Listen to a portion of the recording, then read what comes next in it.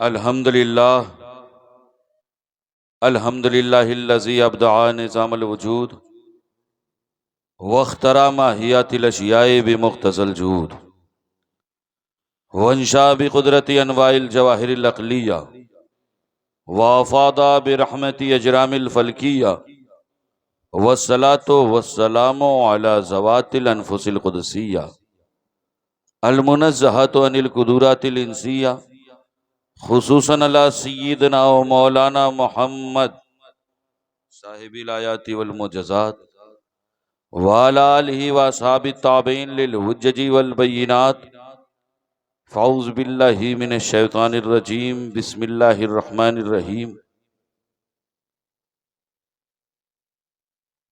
लक़द काना फ़ी क़ससिहिम इबरतुन लिउलिल अलबाब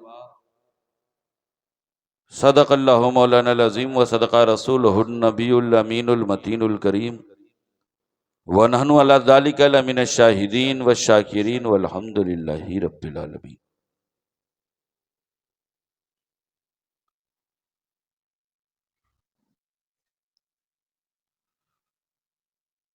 कुछ अर्ज़ मारूज़ से पहले एक मरतबा अपने मखसूस अंदाज में दुरूद पाक का नजराना पेश करें और पढ़ें अल्लाहुम्मा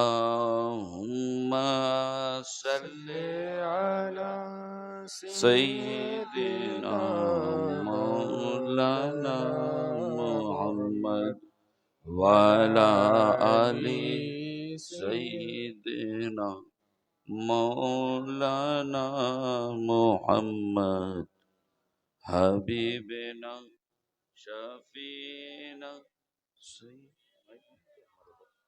हमारे पास माइक नहीं है, ले लो ना तुम। वाला सय्यिदना मौलाना मुहम्मद सल्लल्लाहु अलैहि वसल्लम।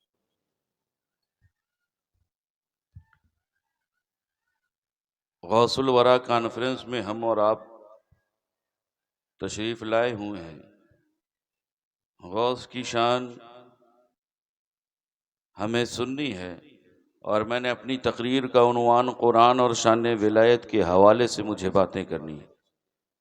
मेरी कोई औकात नहीं है कि मैं अल्लाह वालों की शान बयान करूं, क्योंकि जिनकी शान कुरान बयान कर दे, जिनकी शान के कसीदे रहमान पढ़ दे, उनकी शान कोई इंसान नहीं बयान कर सकता। बहरहाल मैं आपके बीच में आया हूं, कुछ बातें शुरू करूं। आदत के मुताबिक हम्द के दो अशार सुनना चाहेंगे आप? हैं? वक्त बहुत हो चुका है ना? खुदा न करें कि आपके 12 बजे, ये घड़ी के 12 बज जाए वो ठीक है बात ये नहीं। हाँ, आपके 12 नहीं बजने चाहिए, है बात ये नहीं। और अल्हम्दुलिल्लाह हम उस गौसे पाक की महफिल में आए हैं ना, कि जिस गौसे पाक का करम ये है कि वो अगर ठोकर मार दें तो वो मुर्दा जिंदा हो जाया करते हैं, है बात ये नहीं। जिनकी ठोकर से मुर्दा जिंदा हो जाए, उनकी महफिल में कोई सोया हुआ थोड़ी नहीं बैठेगा। और यकीनन मैं एक बात बता दूं, यकीनन इस वक्त रात हो चुकी है, वक्त हो चुका है, आप थक चुके हैं, काफी देर से आपने सुना है। लेकिन मैं एक बात बता दूं, अगरचे आप सो जाएं, लेकिन आपके मुकद्दर जाग रहे हैं, है बात ये नहीं। मुकद्दर जागा है तभी गौस ने अपनी महफिल में आपको बुलाया है बात ये नहीं। और अल्हम्दुलिल्लाह हमारा यकीन है ना कि अल्लाह वालों की महफिल में ना तो बंदा अल्लाह वालों के आस्थानों पर अपनी मर्जी से जाता है, ना उनकी महफिलों में अपनी मर्जी से जाता है बात ये नहीं। ये पीराने पीर दस्तगीर का फैजान है, उन्होंने आपको खींचा है, तब यहाँ आप मौजूद हैं। मैं अपनी बातें शुरू करूं हमद के दो अशार के साथ कि हमदो सना है तेरी कौनो मकान वाले, हमदो सना है तेरी कौनो मकान वाले, ऐ रब्बे हर दो आलम दोनों जहान वाले, ऐ रब्बे हर दो आलम दोनों जहान वाले। और मैं उसकी दस्तरस में हूं मगर वो मुझे मेरी रजा से मानता है। कोई शख्स ये नहीं कह सकता कि मैं रब के कब्जे कुदरत से आजाद हूं। हर शख्स रब के कब्जे कुदरत में गिरफ्तार है, लेकिन वो रब जो अपने बंदों पर 70 माओं से ज्यादा मेहरबान। कितनी माँ से ज्यादा? 70। हमारी एक माँ की कंडीशन है कि वो हमारी आंखों में आंसू नहीं देख सकती। अगर औलाद को तकलीफ हो तो फिर माँ को करार नहीं मैसर होता, है बात ये नहीं। अगर औलाद बेचैन हो तो फिर माँ को चैन नसीब नहीं होता। सोचो, जो रब हम पर 70 माहों से ज्यादा मेहरबान होगा, वो कब चाहेगा कि हम पर गम और मुसीबतों के पहाड़ तोड़े जाएं। आज हमें शिकवा होता है ना यार, कभी हमारे घरों पर बुलडोजर चलाया जा रहा है, कभी हमारी इबादत खानों को निशाना बनाया जा रहा है, कभी हमारी दरसगाहों और दरगाहों को निशाना बनाया जा रहा है, कभी हमारी बहू बेटियों की इज्जतों को नीलाम किया जा रहा है। आखिर हम पर दुनिया इतनी तंग क्यों है? कहते हो या नहीं? मुस्तफ़ा के गुलामों में एक बात बताऊं, खुदा की कसम, वो रब जो अपने बंदों पर 70 माओं से ज्यादा मेहरबान है, वो नहीं चाहता कि उसके बंदे रंजीदा हों। लेकिन जब उम्मत परागंदा हो जाती है ना, तो रब, जब उम्मत अपने आमाल को छोड़ देती है ना, जब उम्मत बदआमालियों का शिकार हो जाती है ना, तो फिर रब जालिम बादशाह मुसल्लत कर देता है। मैं उसकी दस्तरस में हूं मगर वो मुझे मेरी रजा से मानता है, और वो मेरी हर कैफियत क्यों न जाने, वो मेरे सब हवाले जानता है। वो मेरी हर कैफियत क्यों न जाने, वो मेरे सारे हवाले जानता है। और हवा के दोष पर लफ्जों की कारवां उतरी, या रसूल अल्लाह, हवा के दोष पर लफ्जों की कारवां उतरे, तेरी हयात के पैगाम जावेजा उतरे, और लिए चरागे हिदायत अंधेरी रातों में, लिए चरागे हिदायत अंधेरी रातों में। अरे रसूल पाक के बेटे कहां कहां उतरे, है वाह। रसूल पाक के बेटे कहां कहां उतरे। मैं आपको वलियों का मकाम, वलियों की शान कुरान की रोशनी में बताऊं, सुनना चाहेंगे आप? कुरान के हवाले से मैंने सुना था, जब मैं स्टार्ट में मेरी एंट्री हुई थी आपके गांव में, तो मैंने सुना नकीब साहब कुछ कुरान के हवाले से बातें कर रहे थे, है ना। मेरी कोई हैसियत नहीं है मैं कुरान की शान बयान करूं। मुस्तफ़ा के गुलामों, आज तो उस कुरान का पढ़ने के लिए हमारे पास टाइम नहीं है, बात ये नहीं। उस कुरान को हम कब पढ़ते हैं, हम में से हर एक खूब जानता है। जब बाबा दादा की रूह नहीं निकल रही होती तब हम कुरान पढ़ते हैं, है बात ये नहीं। हमें फार्मूला मिला है कि सूरह यासीन पढ़ो और रूह आसानी से निकाल दो। मुस्तफ़ा के गुलामों, कुरान रूह निकालने नहीं आया था, बल्कि कुरान तो जिंदगी बांटने आया था, कुरान तो हयात बांटने आया था। अरे कुरान से जो वाबस्ता हो जाता है ना, तो फिर उन्हें मौत नहीं मार सकती। मैं सिर्फ आपको बातें समझाने के लिए कह दे रहा हूं। मुस्तफ़ा के गुलामों, इस कुरान की अहमियत को समझो। आज तो हमारे घर के डाइनिंग हॉल में रखा होता है कुरान, ताकि हर आने वाले निगाह पड़ जाए कि इस घर में कुरान भी है। मुस्तफ़ा के गुलामों, ये वो मुकद्दस किताब है ना, आप देखें न जाने कितने धार्मिक ग्रंथ हैं, न जाने कितने रिलीजियस से मुतालिक किताबें मौजूद हैं, न जाने कितनी धार्मिक किताबें मौजूद हैं, लेकिन किसी भी किताब के खिलाफ इतनी साजिशें नहीं चलती जितना कि कुरान के खिलाफ, है बात ये नहीं। कभी हम देखते हैं कि स्वीडन में कुरान जलाया जाता है, कभी हम देखते हैं कि हिंदुस्तान में कोई सोशल मीडिया पर आता है और हमारे सामने कुरान के औरात को फाड़ता है, कभी कोई बदबख्त खड़ा होकर के कहता है कि हम कुरान से 26 आयात बाहर निकालेंगे। लेकिन मुस्तफ़ा के गुलामों, तुम्हें घबराने की जरूरत नहीं है। क्यों? क्योंकि ये वो मुकद्दस किताब है जिसकी हिफाजत की जिम्मेदारी रब ने अपने जिम्मे करम में ले रखी है। और मैं एक और बात बता दूं कि ये मुकद्दस किताब है कि जिसका साथी रब ने अहले बैते मुस्तफ़ा को बना रखा है। अरे जमाने वालों सुनो, सुबह कयामत तक रसूल का खानदान रहेगा और सुबह कयामत तक ये कुरान रहेगा। है वाह।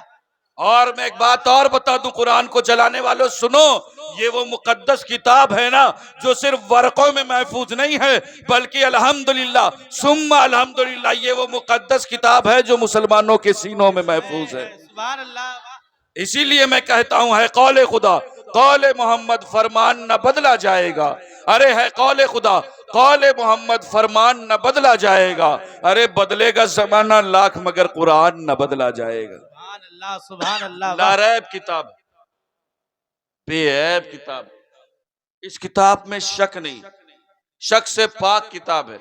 और जानते हैं, इस किताब का मामला यह है कि इस किताब में हर खुश्क और तर का जिक्र मौजूद है या नहीं है? अच्छा, कुरान में इबलीस का जिक्र है या नहीं है ना? तो सोचो, जब इबलीस का जिक्र वो कुरान कर दे तो रब अपने रहमान बंदों को छोड़ेगा? इस कुरान में अल्लाह के वलियों का भी जिक्र है। आपको सुनना है, आपको पढ़ना है। सुनना चाहेंगे आप? हैं? मैं एक और बात बता दूं, ये रब की किताब लारैब है, बेऐब है। इस किताब में शक नहीं, शक से पाक किताब है। और एक बात और सुने, इस किताब की अहमियत को समझे उलमा मौजूद है। अगर मैं बातें इधर उधर से करूं तो ये मेरी इस्लाह फरमाए। अल्लाह रब्बुल उलमा फरमाते हैं कि अल्लाह रब्बुल इज्जत ने हजरत आदम अलैहिस्सलाम, नाम सुना है आपने? कौन है ये? है? आमद के एतबार से पहले नबी है ना। और क्या है, कुछ रिश्ता भी तो हमारा उनसे है। अल्हम्दुलिल्लाह हम उस कौम से ताल्लुक रखते हैं जो हजरत आदम को अपना बाप कहती है बात ये नहीं। अल्हम्दुलिल्लाह हम उस कौम से थोड़ी नहीं ताल्लुक रखते हैं जो जानवरों को अपना बाप कहें, है बात ये नहीं। समझने के लिए बस इशारे काफी है ना। हजरत आदम अलैहिस्सलाम नस्ल इंसानियत के बाप हैं हजरत आदम अलैहिस्सलाम, और आमद के एतबार से पहले नबी। उलमा फरमाते हैं कि अल्लाह रब्बुल इज्जत ने हजरत आदम अलैहिस्सलाम की तख्लीक से 50,000 साल पहले कुरान लिखा है। कितने साल पहले? बोलो। 50,000 साल पहले। यानी आदम का सहीफा बाद में लिखा, नूह का सफीना बाद में लिखा, इब्राहिम का करीना बाद में लिखा, यूशा का जोदो तकवा बाद में लिखा, यूसुफ का जमाल बाद में लिखा, मूसा का जलाल बाद में लिखा, दिन और रात बाद में लिखे, चांद और सूरज बाद में लिखे। सबसे पहले रब ने आमिना के लाल के लिए, अब्दुल्ला के दुर्रे यतीम के लिए, फातिमा के बाबा के लिए, हसनैन के नाना के लिए कुरान लिखा है।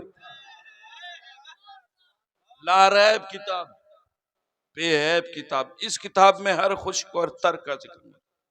अच्छा, इस किताब में इस कुरान में नमाज का हुक्म है या नहीं? नमाज का जिक्र है? पढ़ते हैं हमारा। अल्लाह हमें तौफीक बख्शे कि हमारी पेशानियां सजदों से रोशन हो जाएं, है बात या नहीं? कौन है? पढ़ते हैं ना। अरे दिन वाली नहीं तो हफ्ते वाली, हफ्ते वाली में तो जाते हो या नहीं है? अगर हफ्ते वाली नहीं तो साल वाली, किसी में तो है ना, जानते हो ना नमाज। इस कुरान में नमाज का हुक्म है, नमाज को पढ़ने के लिए कहा गया है। इस कुरान में नमाज को जमात के साथ अदा करना है आपको, है ना। इस कुरान में और इस्लाम का कानून है कि बंदे को 5 वक्त की नमाज अदा करना है। और मैं एक और बात बताऊं, कुरान वो किताब है ना जिसमें सिर्फ कानून इस्लाम नहीं बल्कि कानून इंसानियत मौजूद। हर तबके के लिए इस कुरान में कानून मौजूद है, ज़ाब्ते मौजूद। इस कुरान में नमाज का जिक्र है, होना चाहिए। क्यों? क्योंकि नमाज पढ़ना कानून इस्लाम है। बोलो, कानून इस्लाम है। इस कुरान में रमजान के रोजे रखने का हुक्म है, होना चाहिए। क्यों? क्योंकि माह रमजान के रोजे रखना कानून इस्लाम है। इस कुरान में माँ बाप के एहतराम का हुक्म है, होना चाहिए। क्यों? क्योंकि माँ बाप का एहतराम कानून इस्लाम है। इस कुरान में ज़कात व खैरात अदा करने का हुक्म है, होना चाहिए। क्यों? क्योंकि ज़कात व खैरात अदा करना कानून इस्लाम है। इस कुरान में साहिब इस्तिताअत पर हज करने का हुक्म है, होना चाहिए। क्योंकि हज करना कानून इस्लाम है। कानून की जितनी बातें हैं वो इस कुरान में मौजूद हैं। लेकिन दोस्तों सुनो, इस कुरान में जहां नमाज का हुक्म है वहीं इस कुरान में हजरत लुकमान का भी जिक्र है। इस कुरान में जहां रमजान के रोजे का हुक्म है वहीं इस कुरान में हजरत मरियम रदी अल्लाह अन्हा का भी जिक्र है। इस कुरान में जहां ज़कात व खैरात अदा करने का हुक्म है वहीं इस कुरान में हजरत ईसा अलैहिस्सलाम के हवारियों का भी जिक्र है। मालूम हुआ ये कुरान हमारा जहन किसी और बात की तरफ भी ले जाना चाह रहा है। ये कुरान किसी और बात की तरफ भी इंडिकेट कर रहा है। ये कुरान किसी और बात की तरफ भी इशारा कर रहा है। अरे ये कुरान ये कह रहा है, देखो तुम नमाज पढ़ो मगर याद रखो, देखो तुम हज करो मगर याद रखो, देखो तुम कानून इस्लाम पर अमल करो, माँ बाप का एहतराम करो, रमजान के रोजे रखो मगर याद रखो। ये जो हजरत लुकमान का जिक्र है, ये जो हजरत मरियम रदी अल्लाह अन्हा का जिक्र है, ये जो हजरत ईसा अलैहिस्सलाम के हवारियों का जिक्र है, ये जो हजरत असहाबे कहफ का जिक्र है, ये कुरान उनका जिक्र करके बता रहा है कि इबादत करो लेकिन साथ साथ अल्लाह के नेक बंदों का भी जिक्र करते रहो। नारे तकबीर, नारे रिसालत, नारे हैदरी, नारे हैदरी, अजमत कुरान, अजमत कुरान, नारे तकबीर, नारे रिसालत। उनकी यादें मनाते रहो। तो पता चला अल्लाह के वलियों का जिक्र करना, गौसे आजम की महफिलें सजाना, ये सुन्नियों की अपनी मनमानी नहीं है, बल्कि ये इरशाद रब्बानी है, ये मर्जी कुरानी है, ये फरमाने रहमानी है। अल्हम्दुलिल्लाह सुम्मा अल्हम्दुलिल्लाह, अहले सुन्नत के हर अकीदे को कुरान से साबित किया जा सकता है ना। आज जानते हो हालात इतने खराब है, लोग बंगला और हिंदी की किताबें पढ़ करके बुखारी और मुस्लिम का हवाला देते, समझ रहे हो। और मैं अपने यंगस्टर्स भाइयों से कहना चाहूंगा, सोशल मीडिया पर, यूट्यूब पर न जाने किन किन लोगों को हम बयान सुनते हैं। अभी जानते हो, अभी हाल ही में पाकिस्तान का एक मौलवी है, जानते हो, उसने कुरान पर शक किया है, बात ये नहीं, कुरान पर बताया कि कुरान में अरबी ग्रामर के एतबार से गलतियां हो गई हैं। सद बार सोचो, वो मौलवी कह रहा कि कुरान में अरबी ग्रामर के एतबार से गलतियां हो गई हैं। मैं ऐसे बदबख्तों के लिए कहना चाहूंगा कि ये वो मुकद्दस किताब है ना, जिसकी हिफाजत की जिम्मेदारी रब ने अपने जिम्मे करम मिले। अरे कुरान की आयात तो दूर की बात है, बल्कि कुरान का एक लफ्ज और उस एक लफ्ज का एक हर्फ और उस हर्फ का एक नुक्ता भी आप चेंज नहीं कर सकते, है बात ये नहीं। और मैं एक बात और बता दूं, खुदा जब दीन लेता है तो अकलें छीन लेता है बात ये नहीं। उस बदबख्त ने कुरान के पर कहा कि एराबी गलती हो गई थी, लेकिन मैं ऐसे बदबख्तों से कहना चाहूंगा, ये वो मुकद्दस किताब है ना, कि जब ये नाजिल हुआ तो कुरैश और अरब के फसहा और बलगा, अरब की फसाहत और बलागत पर नाज करने वाले लोगों ने भी कुरान की एक आयत का मुकाबला नहीं कर पाए, है बात ही नहीं। वो इन्ना आते ना कल कौसर का जवाब नहीं ले पाए, वो 1400 साल पहले नहीं ला पाए, और तुम आज चैलेंज करते। मैं एक बात बता दूं, ये वो किताब है ना जो लारैब है, और ये अल्लाह कब से लारैब है। अल्लाह रब्बुल इज्जत इरशाद फरमाता है, सुनो, ये लोहे महफूज पर थी, वहां लारैब। लोहे महफूज से अल्लाह रब्बुल इज्जत ने जिब्रील के हवाले किया, जिब्रील पर शक न करना, रब ने उसे अपना अमीन बनाया है, वहां लारैब। जिब्रील ने कल्बे मुस्तफा पर नाजिल की, वहां लारैब। कल्बे मुस्तफा से निकल करके जबाने मुस्तफा पर आई, वहां लारैब। और जबाने मुस्तफा से निकल करके सहाबा के कानों से टकराई, वहां लारैब। और सहाबा के कानों से होते हुए हजरत उस्मान के वर्क पर आई, वहां लारैब। इस किताब में शक नहीं, शक से पाक किताब है। और मैं एक बात और बता दूं कि जानते हो, ये वो मुकद्दस किताब, आसमानी किताबें कितनी है, बोले जल्दी से आप, हैं? कौन कौन सी? सामने से जब जवाब मिलता है तो सीना चौड़ा होता है। कौन कौन सी है? अल्लाह सलामत रखे आपको, अल्लाह और आपको इल्म नाफिया अता फरमाए। कौन कौन सी किताब है? तौरेत, इंजील, जबूर और कुरान। लेकिन मैं एक बात बताऊं कि उन सारी किताबों के दरमियान के किताब और कुरान के दरमियान तुर्रे इम्तियाज ये है कि वो सारी किताबें किताब की शक्ल में आई। किसकी शक्ल में आई? किताब की शक्ल में। यानी रब ने इरशाद फरमाया, मूसा आप कोहे तूर पर आए, मैं आपको तौरेत अता करूं। ईसा आप अपने इबादत खाने में पहुंचे, मैं आपको इंजील अता करूंगा। दाऊद आप अपने इबादत खाने में पहुंचे, मैं आपको जबूर अता करूंगा। वो सारी किताबें किताब की शक्ल में आई, वो सारी किताबें जमा होकर के आई और आकर के जमाने में बिखर गई। लेकिन कुरान किताब की शक्ल में नहीं आया।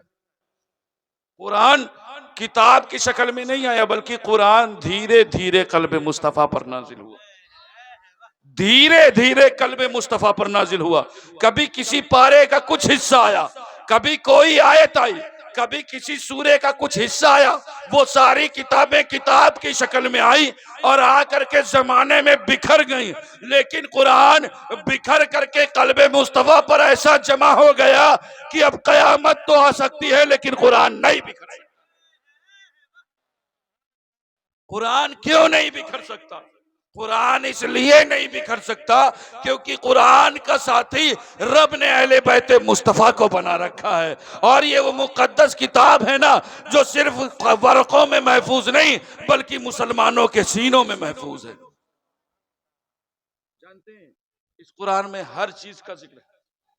कुरान और शान विलायत सुनना चाहेंगे? मुस्तफ़ा के गुलामों, अपनी किस्मतों पर जितना नाज करो कम।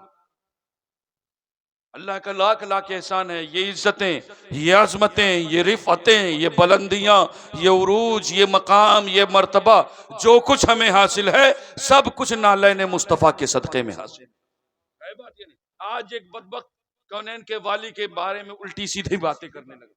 मुस्तफ़ा के गुलामों, हमारी जिम्मेदारियां, हमारे ऊपर भी जिम्मेदारियां हैं। मुझे पता चला कि 20 तारीख को एक प्रदर्शन होने वाला है ना। आप मुहज्जब अंदाज से वहां पहुंचे और अपने गम और गुस्से का इजहार करें। वो कौनैन के वाली का कैरेक्टर कि जानते हैं कि जिसके कैरेक्टर के मुकाबला किसी नबी का कैरेक्टर नहीं कर सकता। है बात ये नहीं। मेरे नबी की जिंदगी तो इतनी साफ और शफाफ है ना। लोग आज अज़वाज मुताहरात के ऊपर कमेंट्स करते हैं। मैं ऐसे बदबख्तों से कहना चाहूंगा, कौनैन के वाली के फरमान ने हमारी जबानें बंद रखी हैं। मुस्तफ़ा करीम फरमाते हैं कि सुनो, तुम्हें महफिलों में भी माबूदा ने बातिलों के हवाले से बातें नहीं करनी। क्यों? क्योंकि तुम बोलोगे पलट के वो तुम्हारे माबूद को कहेंगे। वरना हमने भी इतिहास पढ़ा है, हमने भी हिस्ट्री पढ़ी है, हम भी जानते हैं, दुनिया जानती है कि किसकी कितनी गर्लफ्रेंड गुजरी है। बात ये नहीं किसने कितनी शादियां की हैं, हम भी बोल सकते हैं। लेकिन कौनैन के वाली के फरमान ने हमारी जबानें खामोश रखी। और मेरे नबी की जिंदगी के मुकाबले में तो किसी नबी की जिंदगी नहीं हो सकती। बात ये नहीं। यही वजह है कि मेरे नबी को आइडियल बनाने वाला डॉक्टर भी आइडियल बना सकता है और इंजीनियर भी आइडियल बना सकता है, दौलतमंद भी आइडियल बना सकता है और फकीर और मिस्कीन भी आइडियल बना सकता है। अरे सुनो, मेरे नबी को आइडियल बनाने वाला भूखा रहने वाला भी नबी को आइडियल बना सकता है और भूखों को खाना खिलाने वाला भी नबी को आइडियल बना सकता है। अरे सुनो, मेरे नबी की जिंदगी तो इतनी कामिल और अकमल है कि अगर एक जानवर चराने वाला चरवाहा, अगर एक जानवर चराने वाला चरवाहा ये सोचे क्या मुस्तफा मेरे लिए आइडियल है, तो मेरे नबी ने बकरियां चरा कर बता दिया है, चरवाहे मैं तेरे लिए आइडियल है। बात ये नहीं, हमारी जिंदगियां खत्म हो जाएंगी, लेकिन मुस्तफा करीम, इसीलिए मैं कहा करता हूं नकीब साहब, जिंदगियां खत्म हुई और कलम टूट गए। या रसूल अल्लाह, जिंदगियां खत्म हुई और कलम टूट गए, तेरी तौसीफ का एक बाब मुकम्मल ना हुआ। या रसूल अल्लाह, तेरी तौसीफ का एक बाब मुकम्मल ना हुआ। खुदा की कसम, ने अपने हबीब को इतना खूबसूरत बनाया है ना, इतना हसीन बनाया। उलमा मौजूद है, इनसे पूछे। मैं कहा करता हूँ, मेरी बातें सुनना चाहेंगे आप? देखिए, जिनको जाना है उन्हें जाने दीजिए, क्योंकि अल्हम्दुलिल्लाह हम गौस की महफिल में आए है ना। हम तादाद पर नहीं, हौसले देखा करते है। बात ही नहीं। और जानते हैं हमारी रगों में उनका खून दौड़ रहा है जिन्होंने करबला के मैदान में तादाद नहीं देखी है। बात ही नहीं। आप जितने हैं बस उतने जिंदा दिली के साथ सुनिए, इंशाल्लाह मैं आपको तकरीर सुनाऊंगा भी और तकरीर दिखाऊंगा। सुनना चाहेंगे आप? और बयान करूं? कौनैन के वाली का मकाम जानते हो? आज लोग बातें करते हैं, मैं बताऊं, जानते हो अल्लाह के रसूल के मुकद्दस सहाबा कराम बैठे और बातें चल रही है। वो मुकद्दस सहाबा आपस में बातें कर रहे हैं कि अल्लाह ने हजरत आदम को सफीउल्लाह बनाया। क्या बनाया है? बोलो।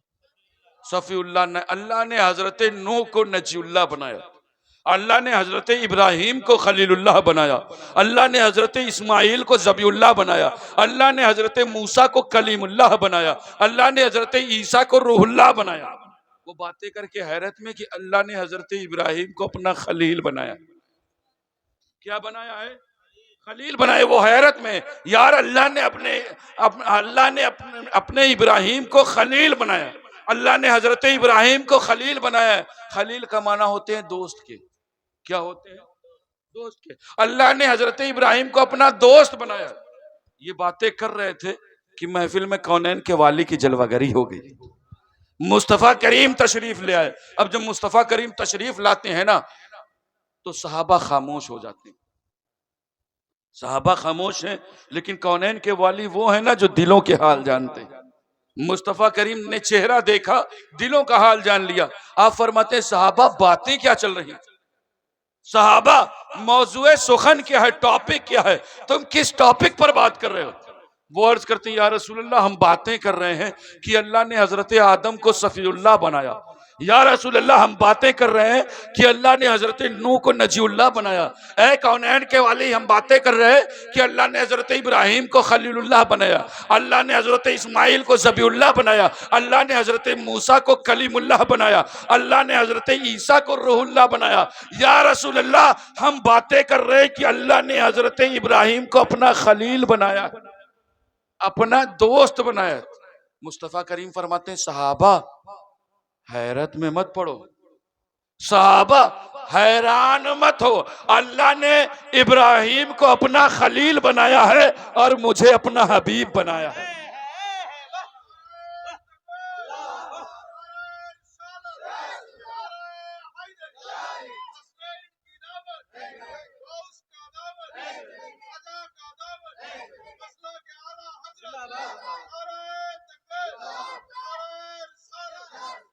माशाअल्लाह, अल्लाह आपको सलामत रखे। आपने गौस की महफिल में नारा बुलंद किया, अल्लाह आपके मरातिब बुलंद फरमाए। मैं बातें कर रहा था, खलील का माना होते हैं दोस्त के, क्या होते हैं? दोस्त के। और हबीब का माना भी होते हैं दोस्त के। हबीब के क्या माने होते हैं? दोस्त के। लेकिन दोस्तों में फर्क होता है। अच्छा, आपकी जिंदगी में दोस्त हैं या नहीं है? या सिर्फ दुश्मन बना ले रखा है? पड़ोसी तो पक्का वाला है। अल्लाह हमें महफूज रखे, है ना। कौनैन के वाली ने बताया है कि पड़ोसी के हुकूक क्या है। अल्लाह हमें उस पर चलने की तौफीक अता फरमाए, आमीन बोलो आप, है ना। दोस्तों में फर्क होता है। आप कहेंगे कैसे फर्क होता है? मैं बताऊं, मैं एक्सप्लेन करूं, इसको फैलाऊं। दोस्तों में इसलिए फर्क होता है कि आपकी जिंदगी में कुछ दोस्त ऐसे होते हैं जिनसे आप महीनों पर मिलते हैं, है बात या नहीं। और आप ही की जिंदगी में कुछ दोस्त ऐसे होते हैं जिनसे आप हफ्तों पर मिलते हैं, है बात या नहीं। और हमारी ही जिंदगी में कुछ दोस्त ऐसे होते हैं जिनसे बिना मिले हम रह नहीं सकते, है बात या नहीं। अगर दिन में 2-4 बार बात ना करें तो फिर सुकून नहीं मैसर होता, है बात। यार तुम सुबह से दिख नहीं रहे, फौरन फोन करोगे, फौरन कॉल लगाओगे, है ना। क्या बात है तुम सुबह से दिखे नहीं। दोस्तों में फर्क होता है। उलमा मौजूद है, इनसे पूछें। उलमा बयान फरमाते, सुनो, खलील के माने भी दोस्त के होते हैं, हबीब के माने भी दोस्त के होते हैं, लेकिन दोस्तों में फर्क होता है। खलील उस दोस्त को कहते हैं जिससे मोहब्बत में सब कुछ ले लिया जाए, और हबीब उस दोस्त को कहते हैं जिसे मोहब्बत में सब कुछ दे दिया जाए। नारे तकबीर, नारे रिसालत, नारे हैदरी, शाने मुस्तफा, सीरते मुस्तफा, नारे तकबीर, नारे रिसालत। हबीब सबका मालिक होता है। यही वजह थी कि 14वीं का चांद चमक रहा था। मुस्तफा करीम अर्ज करते हैं, रब्बे कदीर, मैं इसे 2 टुकड़े करना चाहता हूं। अल्लाह रब्बुल इज्जत इरशाद फरमाता है, अरे हबीब इशारा कर और 2 टुकड़े कर दे, इसलिए कि तू हबीब बनकर गया है। यही वजह है कि मुट्ठियों में बेजान कंकर है। मुस्तफा करीम अर्ज करते हैं, रब्बे कदीर, मैं इसे बुलवाना चाहता हूं। अल्लाह रब्बुल इज्जत इरशाद फरमाता है, अरे हबीब इशारा कर, मर्जी हो तो कलमा पढ़ा, मर्जी हो तो दुरूद पढ़ा, इसलिए कि तू खलील नहीं बल्कि हबीब है। यही वजह थी कि जानते अली की नमाज असर कज़ा हो गई है। मुस्तफा करीम अर्ज करते हैं, रब्बे कदीर, मैं डूबा हुआ सूरज पलटाना चाहता हूं। अल्लाह रब्बुल इज्जत इरशाद फरमाता है, अरे हबीब इशारा कर और डूबा हुआ सूरज पलटा दे, इसलिए तू खलील नहीं बल्कि हबीब है। इसलिए हम कहा करते हैं, सरापा उजाला हमारा नबी है, सरापा उजाला हमारा नबी, अरे रहमते हक ताला हमारा नबी, अरे जिसका कौनैन में कोई सानी नहीं है, वो जग से निराला हमारा नबी है, वो जग से निराला।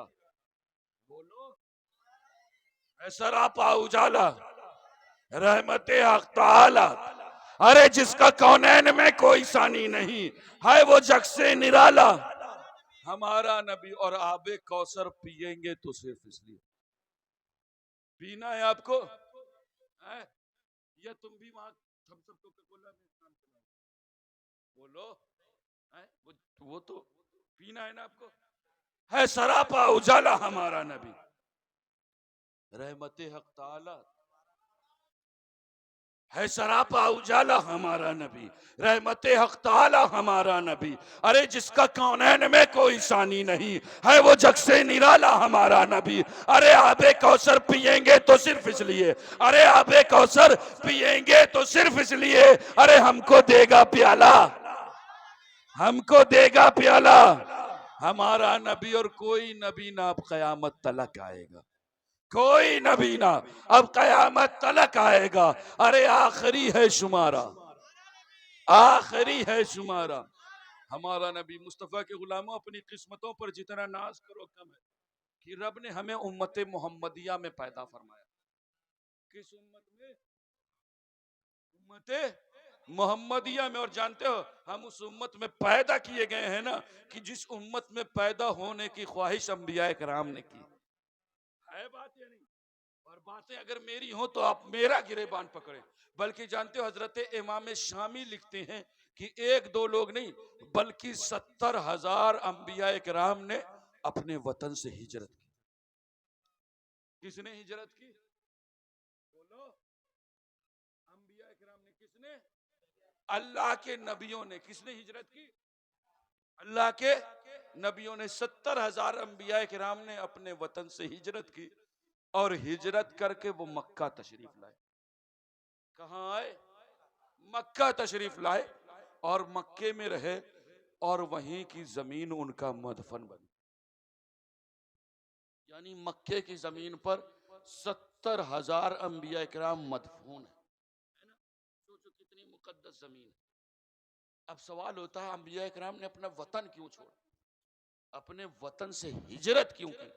तो हजरत इमाम शामी लिखते हैं कि इन अंबिया कराम ने अगर अपना वतन छोड़ा, अपना देश छोड़ा, तो उसके छोड़ने की वजह यह थी क्योंकि उनको मालूम था, उनको इल्म था कि अल्लाह का हबीब, मकीने गुंबदे खजरा, कौनैन का वाली, हमारा आका मक्के में मबूस होगा।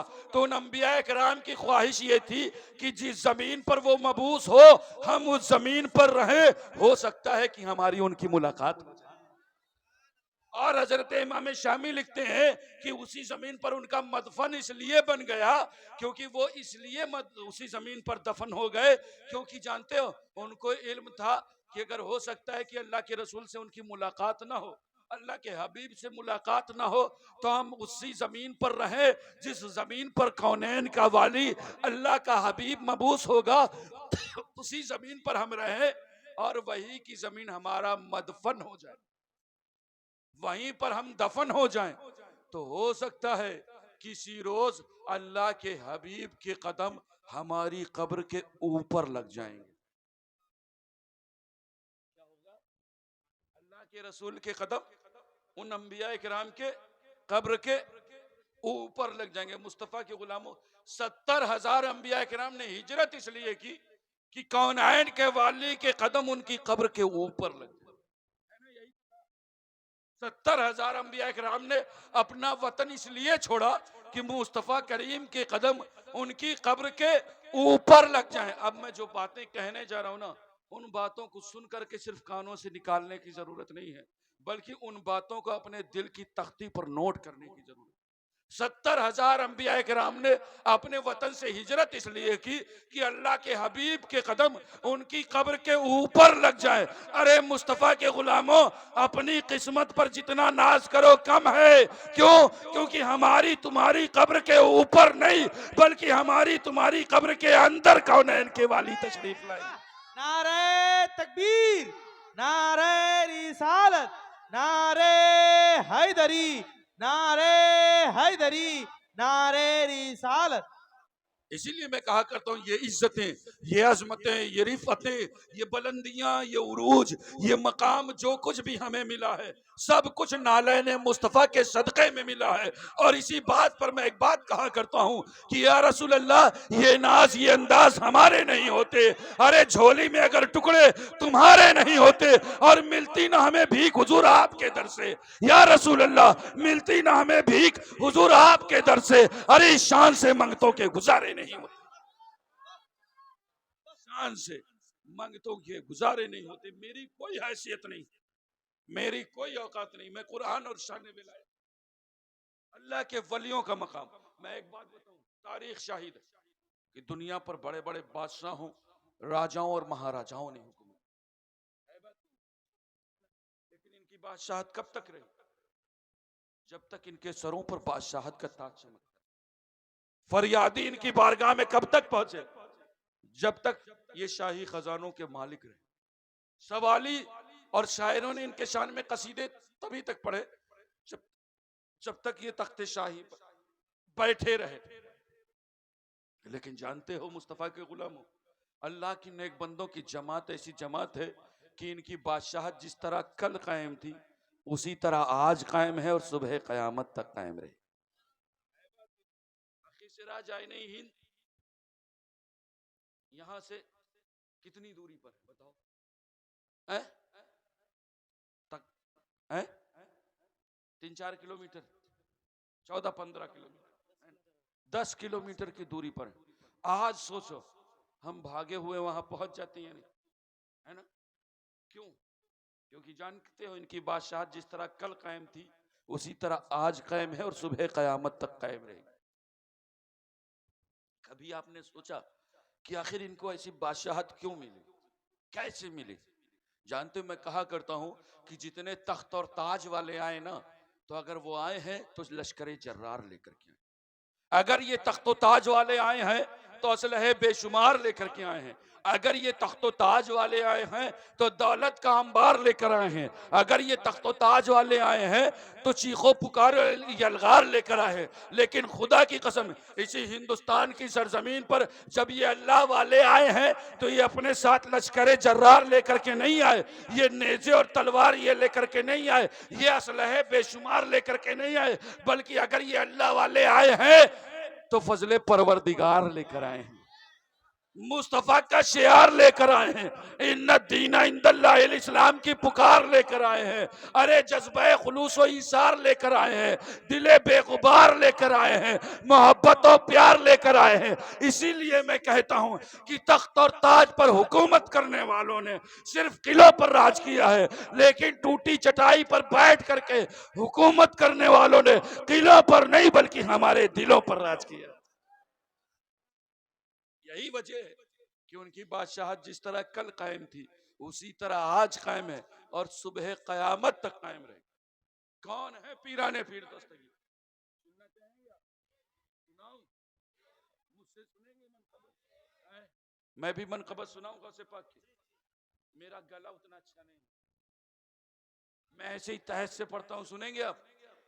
देखिए हर एक अशार को अपने सीने की तख्ती पर नोट करके जाए। मैं कहा करता हूं कि मैशर में मगफिरत की सनद गौसे पाक है, मैशर में मगफिरत की सनद गौसे पाक है। अरे सब कुछ मेरा है मेरे अगर गौसे पाक, सब कुछ मेरा है मेरे अगर गौसे पाक है। अरे खैरुल वरा की आल है मौला अली के लाल, खैरुल वरा की आल है मौला अली के लाल। अरे खैरुन निसा के नूरे नजर गौसे पाक, खैरुन निसा के नूरे नजर गौसे पाक हैं और गर्दन पे हर वली के कदम गौसे पाक है। बात ये नहीं, गर्दन पे हर वली के कदम गौसे पाक का। अरे तारे हैं कुल वली तो कमर गौसे पाक है, तारे हैं कुल वली तो कमर गौसे पाक है। और उनके नसब में नूरे मोहम्मदी है जलवा, जिनके नसब में नूरे मोहम्मदी है जलवागर। अरे बेशक हसन के लख्ते जिगर गौसे पाक, बेशक हसन के लख्ते जिगर गौसे पाक है। कौन है पीराने पीर दस्तगीर? हमने पढ़ा है ना, कौन पीराने पीर दस्तगीर? कि जिनकी बारगाह में चोर आए और वली बन करके चला जाए। कौन है अब्दुल कादिर जिलानी? अरे वो जो मुर्ग की हड्डियों पर हाथ फेरे और मुर्गा जिंदा हो जाए। कौन है पीराने पीर दस्तगीर? वो जो 12 साल की डूबी हुई कश्ती को पल भर में बाहर निकाल दे। है बात ये? और मैं बताऊं कौन पीराने पीर दस्तगीर? मुझसे सुनोगे? कौन पीराने पीर दस्तगीर? अरे वो पीराने पीर दस्तगीर जिन्होंने 40 साल तक इशा की वजू से फजर की नमाज अदा की। कौन पीराने पीर दस्तगीर? अरे वो पीराने पीर दस्तगीर जिन्होंने 15 साल तक हर रात खत्म कुरान की। कौन पीराने पीर दस्तगीर? अरे वो पीराने पीर दस्तगीर जिन्होंने, जानते हो, 22-20 साल घास के पत्तों की बनी हुई रोटियां खाई। कौन पीराने पीर दस्तगीर? अरे वो पीराने पीर दस्तगीर जिन्होंने हलाल छिपाने के लिए झूठ नहीं। क्या हुआ था? बच्चे बच्चे को वाकया पता है ना? डाकुओं ने पूछा था, है ना, आपके पास कुछ है? अच्छा, आजकल अगर हमसे कोई हमारा दोस्त कहे यार कुछ है, तो फौरन पेटीएम खोल के दिखाओगे? नहीं। देखो, अगर पता चल जाए, थोड़ा सा भी पता चल जाए कि शायद ये मुझसे उधार लेगा, तो उसका फोन ही नहीं रिसीव होगा। है बात ये? अगर पता चल जाए यार वो तुम्हें ढूंढ रहा है, उससे कुछ पैसे की जरूरत, तो फौरन उसका फोन बजा करेगा, तुम देखा करो। क्यों? क्योंकि अभी पैसे मांगेगा और देना पड़ जाएंगे। अभी उससे उम्मीद है कि वो वापस कर देगा। वो कर्ज के तौर पर ले रहा है आपसे, वो उधार के तौर पर। अगर वो कहेगा यार पैसे हैं, फौरन अकाउंट खोल के दिखाओगे। जिस अकाउंट में बैलेंस नहीं होगा वही खोलो। देख लो भाई, अगर होता तो मैं तुमको फौरन दे देता। लेकिन सोचो, आज हम और अपने दोस्त से अपनी रकम छुपा रहे हैं। बात ये नहीं, उस दोस्त से जो हमें वापस कर देगा, जो हमसे कर्ज के तौर पर मांग रहा है। और वहां हजरत पीराने पीर दस्तगीर अब्दुल कादिर जिलानी से किसने मांगा था? किसने पूछा था? उन्होंने पूछा था ना कि जिन्हें वापस नहीं करना। समझाने के लिए मैं कह रहा हूं, उन्होंने मांगा था कि जिन्हें वापस नहीं करना। अब्दुल कादिर जिलानी चाहते तो कह देते नहीं। बचपने का जमाना है, किसी को शक भी ना हो। लेकिन क्या फरमाया? मेरे पास 40 अशरफियां मौजूद है। बात ये नहीं, गौस के नाम का लंगर खाओ, जरूरी है, क्योंकि इस लंगर के दाने में बरकतें हैं। मैं इन बरकतों का इनकार नहीं कर रहा, लेकिन गौस के फरमान पर भी हमें आपको अमल करना चाहिए। है बात ये नहीं सिर्फ बातें करूं। पीराने पीर दस्तगीर की बारगाह में, जानते हो, एक बंदा आया और आकर के उसने कहा कि पीर साहब मुझे अपना मुरीद कर लें। पीर साहब मुझे अपना मुरीद कर लें, अपना दामन पकड़ा लें, लेकिन मैं आपसे कुछ कहना चाहता हूं, मैं आपसे कुछ बयान करना चाहता हूं अपने बारे में। हजरत शेख अब्दुल कादिर जिलानी की निगाह उसके चेहरे पर पड़ी और आपने फरमाया कि तुम मत बयान करो, मैं तुम्हारे बारे में बयान कर लेता हूं। तुम्हें बयान करने की तो जरूरत नहीं है, तुम अल्लाह वाले के आस्थाने पर आ गए हो। मैं तुम्हारे बारे में बयान कर लेता हूं, लेकिन बस एक काम करना कि नमाज तो तुम पढ़ते नहीं हो और चोरी तुम करते हो। तुम्हारा काम चोरी करना है और नमाज को नहीं पढ़ना। वो हैरत में हो गया, यार पीर साहब से तो बताया, पीर साहब तो नहीं बताया। आजकल हालात बहुत खराब है मुस्तफा, है ना? आज अगर हमें कोई मिल जाए ऐसा कि जिससे हम ना बताएं और वो पहले से बता दे, तो यार हम उसको बहुत सलाम करें। कैसे आजकल हमारा यंगस्टर से पूछो, हिंदुस्तान में एक बाबा आया है। कौन बाबा? परचे वाला बाबा, जानते हो ना? दुनिया दीवानी बैठी है। क्यों? क्योंकि यार वो बंदे से मिलता है, उससे पहले उसका पर्चा बना देता है। गौस की महफिल में आने वालों लोगों सुनो, मेरे गौसे आजम का मकाम देखो। बंदे ने अभी अपने बारे में बताया नहीं, पीराने पीर दस्तगीर ने पहले बता दिया। है बात ये नहीं, अगर आज कोई तुम्हारे सामने पर्चे लिख करके दे दे तो तुम्हें उसके चमत्कार को नमस्कार नहीं करना है, बल्कि सुनो मुस्तफा के गुलामों, तुम तो उस गौस के दामने करम से वाबस्ता हो, तुम उस गौस के चौखट से वाबस्ता हो, तुम उस गौस का दामन थामे हुए हो कि जिस गौस के इशारे पर 1000 साल पहले डूबी हुई कश्ती बाहर निकल आई थी। ये बात यानी तुम्हारा काम चमत्कार को नमस्कार करना नहीं। अपनी किस्मतों पर जितना नाज करो कम है कि तुम्हें पीराने पीर दस्तगीर का दामन मिला। पीराने पीर दस्तगीर ने फरमाया, सुनो, तुम नमाज नहीं पढ़ते हो और चोरी करते हो। कहने लगा, पीर साहब बताएं। आपने फरमाया, सुनो, तुम आजान पुकार दिया करना।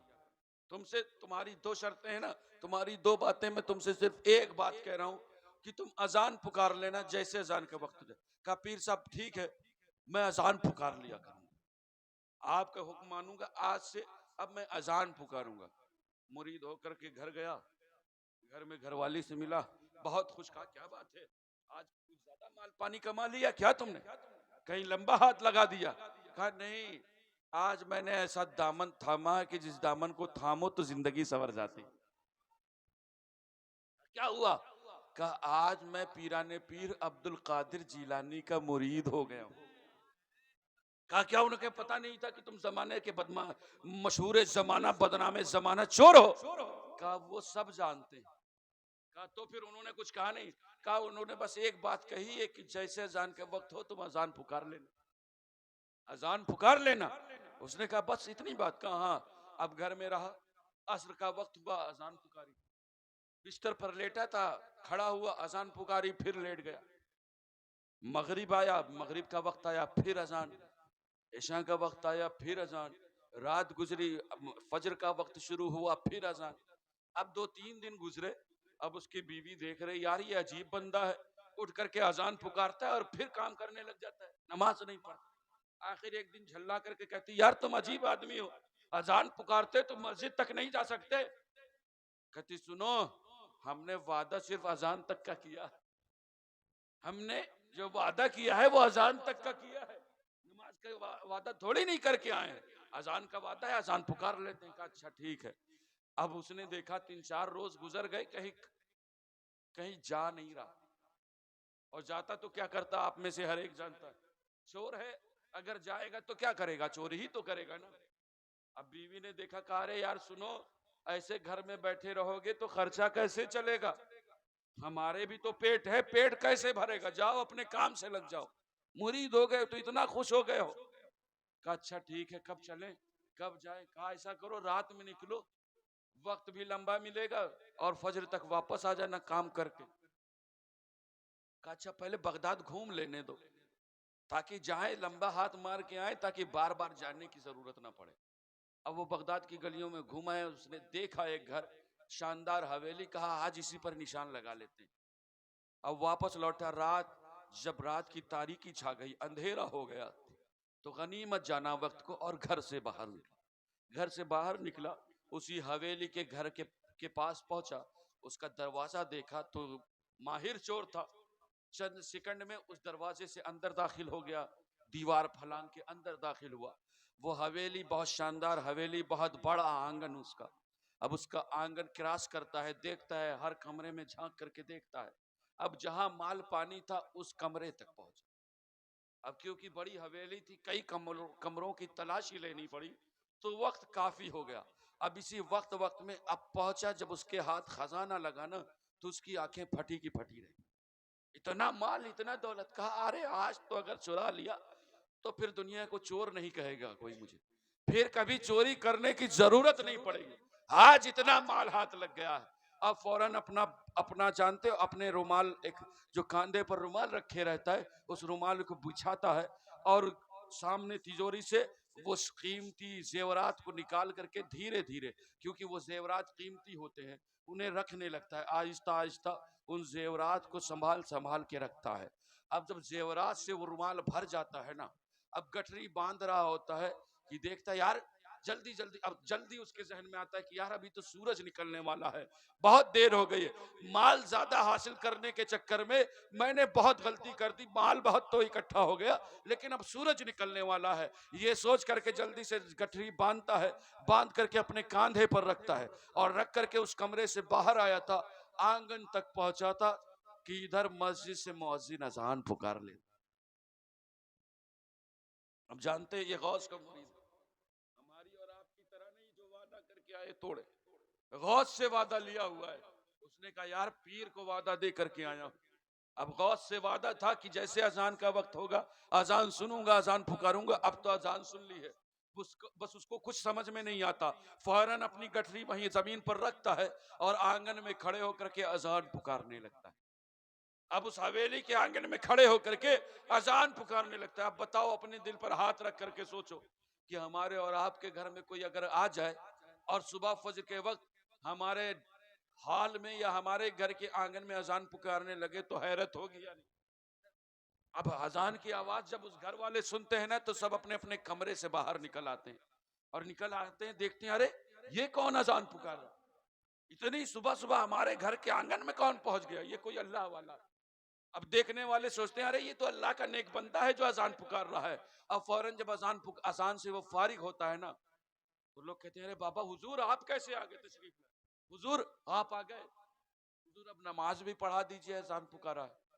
तब तो चोर हैरत में कहता है यार अब कैसे बचूं, कैसे अपना पीछा छुटाऊं, कैसे इनसे पीछा छुड़ाऊं। आखिर हैरत में आकर के कहता है सुनो तुम लोग अभी वजू नहीं किए हो, जाकर के वजू करके आओ तब मैं नमाज पढ़ाती हूँ। चोर के दिल में ये ख्याल था कि अभी ये वजू करने जाएंगे हम 9-2-11 हो जाएंगे,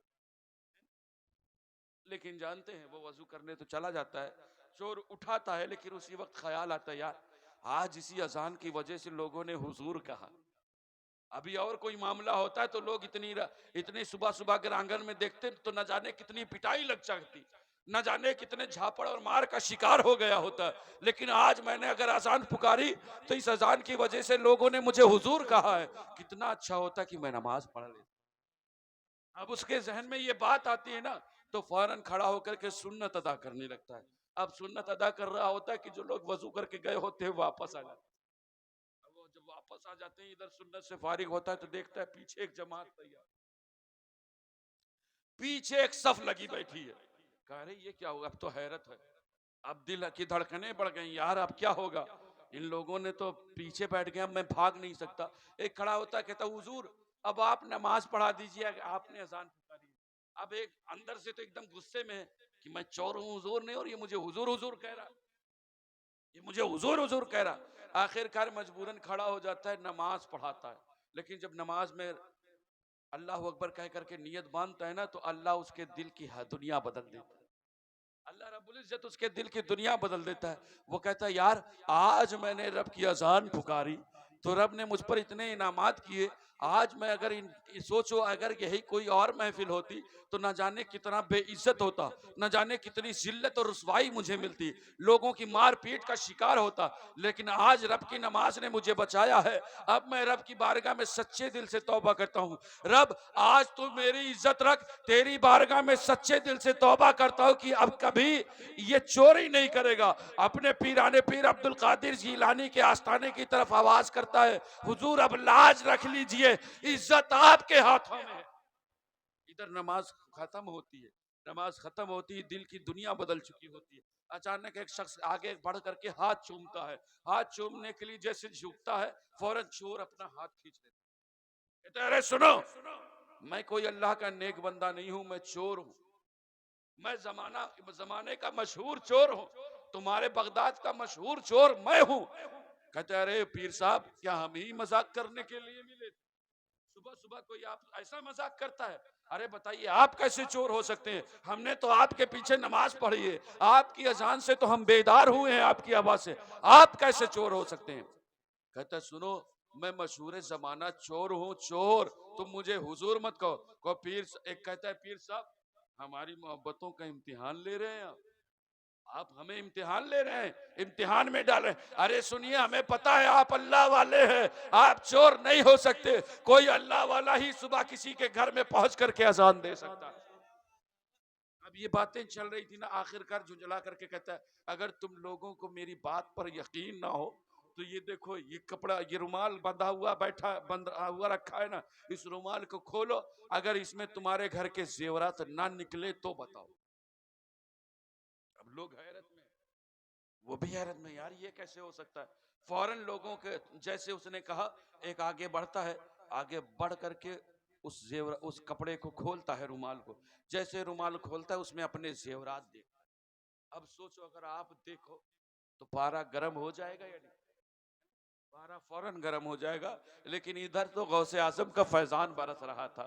अब सामने वाला जैसे रुमाल खोलता है ना, रुमाल खोल करके जेवरात देखता है, जेवरात देख करके फौरन उस चोर के कदमों में गिर जाता है।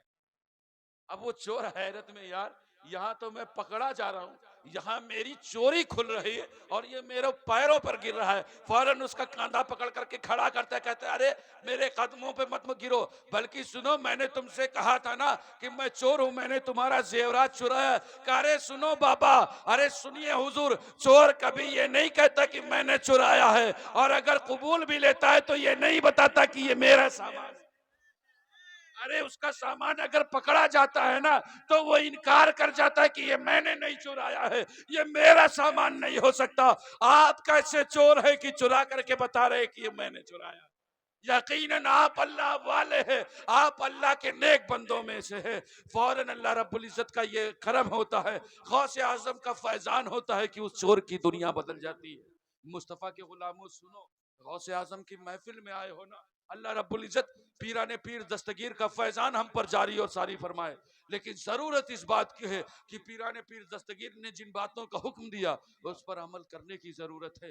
पीराने पीर दस्तगीर ने 40 साल तक ऐशा की वजू से फजर की नमाज अदा की है। मुस्तफ़ा के गुलामों, सिर्फ पीराने पीर दस्तगीर के नाम का लंगर खाने की जरूरत नहीं है, बल्कि अपनी जिंदगी में एक रात ऐसी गुजारो जैसे कि अब्दुल कादिर जिलानी ने गुजारी है। खुदा की कसम वो फैजान होगा ना, वो नेमतें और रहमतें बरसेंगी, आपने उसका तसव्वुर नहीं किया हुआ होगा। अपनी बहू बेटियों का इस्लामी लिबास रखें, अपने बच्चों को मुस्तफ़ा की शरीयत सिखाएं, कुरान की तालीम से वाबस्ता रखें, क्योंकि ऐ कौम वही फिर है तबाही का जमाना, ऐ कौम वही फिर है तबाही का जमाना। इस्लाम है फिर तीरे हवादिस का निशाना, और मिटते हुए इस्लाम का फिर नाम जली हो।